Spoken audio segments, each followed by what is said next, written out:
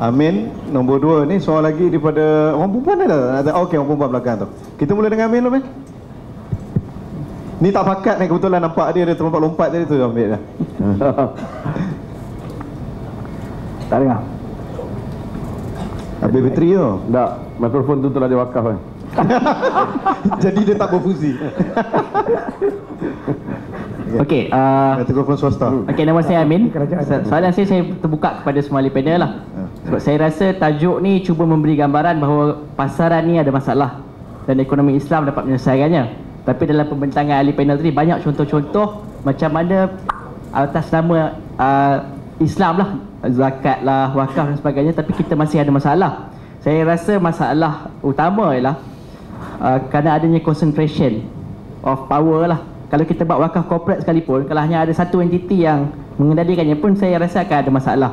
Okey, tapi soalan saya bukan soalan tu lah. Itu mungkin sebahagian dari perbincangan. Okay, soalan terus. Soalan saya ialah dekat Malaysia ni, sejak DEB digubal, so kita ada macam-macam dasar kuota lah, berbentuk kuota atas nama nak capai matlamat bantu orang Melayu. Sejauh mana ia tepat dengan ekonomi Islam ataupun sifat pasaran bebas? Soalan kepada semua ahli panel. Semua dah main semua. Tadi nombor 2 ni abang. Okey. Ni cameraman boleh tanya ke? Oh, bukan rasminya, swasta punya. Boleh. Bismillahirrahmanirrahim. Assalamualaikum warahmatullahi wabarakatuh. Yang berbahagia ahli panel, Tan Sri Ali, Dr. Mazhar dan Saudara Wan dan Saudara Moderator. Terima kasih kerana menganjurkan seminar. Okey, terus pada soalan. Okey. Betul. Yang saya nampak adalah kebanyakan ahli panel dan moderator mengulas tentang micro level. Benda yang kita tak dapat capai kan. Tapi pada micro level apa dia? Kita sebagai pengguna, kita ada kuasa. Dulu umat Islam hari ini paling ramai, tapi bergantung pada orang lain. Kita tak ada teknologi, bukan peluang. Jadi saya nak bawa satu contoh. Kek coklat kawan saya pakai gula satu hari 1 tan. Jadi kartel gula tak berani nak naikkan harga. Kenapa? Kerana dia ada power. Dia boleh pilih mana kartel gula yang dia nak. Jadi kita perlu kembali kepada micro level. Pada peringkat kita, apa yang kita boleh ubah? Kalau nak ubah kerajaan 5 tahun sekali. Tapi hari-hari ini kita boleh ubah apa? Kuasa beli tu yang kita boleh gunakan. What if kalau kita semua umat Islam bersatu, join lah Dewan Perdagangan ke Dewan Kumpulan Koperasi, dan kita tubuhkan, kita punya, tunjukkan kuasa kita. Okey, soalannya? Tak, saya tak bagi soalan, cuma saya ingin ini pandangan saya. Minta mereka komen tadi. Ya, itu pandangan saya. Okey, terima kasih. Wah, ini 1 tan gula ni. Kencing manis. Okey, silakan saudari kat belakang tu. Saya Nosriana. Saya nak bertanya pada Dr. Azri berkenaan dengan korporatkan institusi wakaf ataupun zakat. Kita ada zakat yang banyak, dan juga wakaf juga kita rasa kita ada banyaklah dalam Malaysia ni. Bagaimana dari segi syari'inya dan bagaimana sejarah pernah membuktikan kejayaan ni? Okey, terima kasih. Okey, terus pada Dr. Sri dulu. Jawab. Okey, terima kasih. Saya nak sentuh tadi tentang bantu kepada satu kaum ataupun bantu kepada, pada umumnya kita boleh tolong satu kaum jika sekiranya harta tu harta kita. Kita tolong adik-beradik kita dah 10,000, kita nak tolong adik-beradik kita, tak mau tolong adik-beradik orang, tak apa. Dalam Islam pun harta pusaka tak turun kepada orang lain, turun kepada adik-beradik. Dan Allah Ta'ala suruh berikan harta kepada kaum keluarga. Sebab itu zawil qurba. Sebab itu dalam hadis yang diriwayatkan oleh Bukhari, Nabi SAW, Muslim juga riwayat, Nabi SAW memuji kabilah Asy'ari. Kerana kabilah Asy'ari ini apabila kekurangan bekalan pada mereka himpunkan bekalan mereka, summaqtasamu bainahum fi ina'in wahid bisawiyah. Nabi kata, kemudian mereka bahagikan di kalangan mereka dengan cara yang sama rata. Itu apabila mereka kurang makanan kabilah mereka dalam perjalanan, mereka duduk di tempat mereka. Nabi kata, fahum minni wa ana minhum, aku di kalangan mereka, mereka di kalangan aku. Maksudnya Nabi sokong golongan yang support each other di kalangan family mereka untuk memperkuatkan ekonomi mereka. Nabi tak kata yang tu asabiyah, Nabi tak kata asabiyah, Nabi tak kata perkauman, kerana dia menolong family dia dengan dia tidak menzalimi kelompok yang lain. Kita boleh berikan bantuan pada orang dengan tidak menzalimi kelompok yang lain.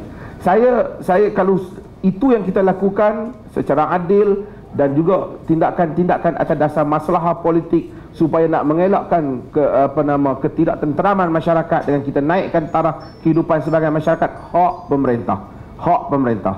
Cuma saya tak nak sebut tadi unsur tadi, ada satu elemen yang kita tertinggal, iaitu kita ada perkara yang besar dalam kalangan kita, iaitu ukhuwah Islamiah, persaudaraan Islam, yang Muslim Brotherhood ni yang kita patutnya ada pada kalangan kita. Bila kita nak beli, saya bukan ajak, kita nak beli umpamanya ada dua produk, satu produk Muslim, satu bukan Muslim. Walaupun tak salah kuasa membeli hak kita, tapi kalau kita beli yang Muslim ni, kita tolong saudara Muslim kita. Al-Muslim akhul Muslim. Kalau semua orang Muslim beli mi orang Muslim saja, berapa puluh kedai makan ni, berapa banyak kilang mi.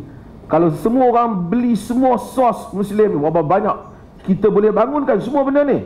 Kita boleh gunakan kerana kita nak tolong. Kita dapat pahala beli kerana kita membeli, kita tak mencuri. Kemudian kita beli tu pula kerana teringat ini Muslim, kita nak tolong dia kerana dia tak kuat ekonomi dah. Orang lain telah buat, mereka tak cakap pun. Kita tak buat. Unsur itu Muslim beli produk Muslim, bukan kita ban produk orang, tapi berikan priority. Kalau boleh semua yang dapur kita lagi mampu, kita beli.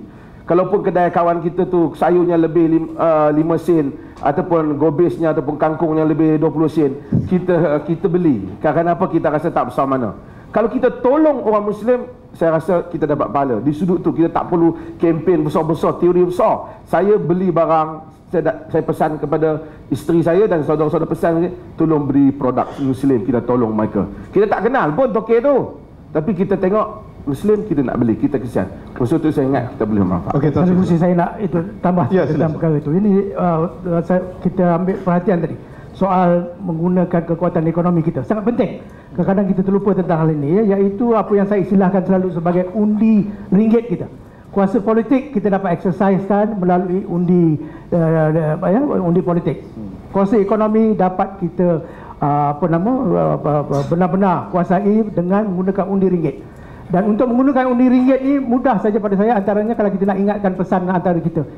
Ingat satu pantun kita masa kecil-kecil lagi selalu kita sebut, buai laju-laju sampai pokok sena, beli baju baru dari kita tu ubah pantun tu nak elakkan kiamat 2020 ni. Ubah pantun tu, buai laju-laju sampai dekat pokok nangka, bila Melayu maju, sedekah wakaf tolong bangsa. Itu yang kita nak. Dan satu lagi tadi kalau saya boleh komen, iaitu saudara pengurusi, iaitu berkenaan dengan concentration of power. Saja tidak langsung tadi dia mengingatkan kita, wakaf korporat pun nanti ada concentration of power dan boleh menganiaya pula kepentingan orang ramai. Itu sebab dalam pengalaman saya, kita pernah menubuhkan satu wakaf korporat di Johor. Alhamdulillah, bermula dengan 250 juta ringgit. Hari ini nilai-nilai aset wakaf itu sudah berlipat ganda menjadi lebih daripada 575 juta ringgit. Sebahagian saham Johor Corporation yang diwakafkan bawah Wakaf Anur Corporation. Dan yang paling penting, bukan seorang saja yang menguasai, CEO-nya tidak. Kita susunkan supaya dia ada syarikat berdasarkan landasan amalan syarikat public listed company. Ada annual meeting. Hari ini wakaf, kalau kita wakafkan harta, hantar ke majlis dan sebagainya, tak tahu apa jadi pada harta, tak transparent, tak tahu ke mana. Dalam wakaf korporat maknanya kita gunakan kaedah supaya public listed company kita jadikan model. Harta itu ada annual general meeting, orang boleh menyumbang wakaf, jadi ahli dan dipanggil, dan ada accountability, ada audit dan sebagainya. Jadi saya setuju, kalau tak jaga concentration of power dalam wakaf pun juga boleh merosakkan. Kita kena guna kebijaksanaan kita untuk tentukan supaya dapat dielak segala ini. Dan kaedah ini telah pun dijalankan di dalam sektor korporat melalui badan-badan seperti syarikat PLC dan sebagainya. Boleh kita aplikasikan dalam wakaf. Terima kasih. Okey, terima kasih. Saya sebelum saya komen, saya nak tanya clarification pada Dr. Hasri sikit boleh? Ya. Tadi Dr. Hasri sebut mengenai bagaimana Rasulullah menggalakkan beli daripada kaum gawat, daripada saudara mara ni. Bukan beli, tolong. Tolong. Okey. Adakah itu dijadikan undang-undang atau satu seruan? Itu dijadikan satu nilai yang dipuji, bukan satu peraturan. Okey. Okey. So tu payah tu ada azan nak tu. Okey. So saya rasa itu satu poin yang penting yang ditimbulkan oleh Dr. Hasri. Siapa yang berbunyi? Yang mana apabila kita nak membantu orang lain, sama ada dia daripada golongan kita atau bukan dari golongan kita, sama ada dia Melayu ataupun bukan Melayu, maka dia perlu jadikan satu seruan dan nilai yang terpuji. Dan itu yang berlaku dalam sejarah yang Dr. Hasri sebut tadi. Tapi masalah yang berlaku sekarang ialah dia jadikan satu undang-undang yang seterusnya dituntut sebagai satu hak yang perlu diteruskan selama-lamanya. Dan ini yang menimbulkan perselisihan faham. Konsep membantu membantu perlu dilakukan secara sukarela. So, Tan Sri nak jawab tu, payah. Okey, kejap. Ni pengumuman kereta WXA 3759 dan juga BLM biru minta dialihkan sebab blok kita orang. Okay. WXA 3759. Okey, tergendala sebentar.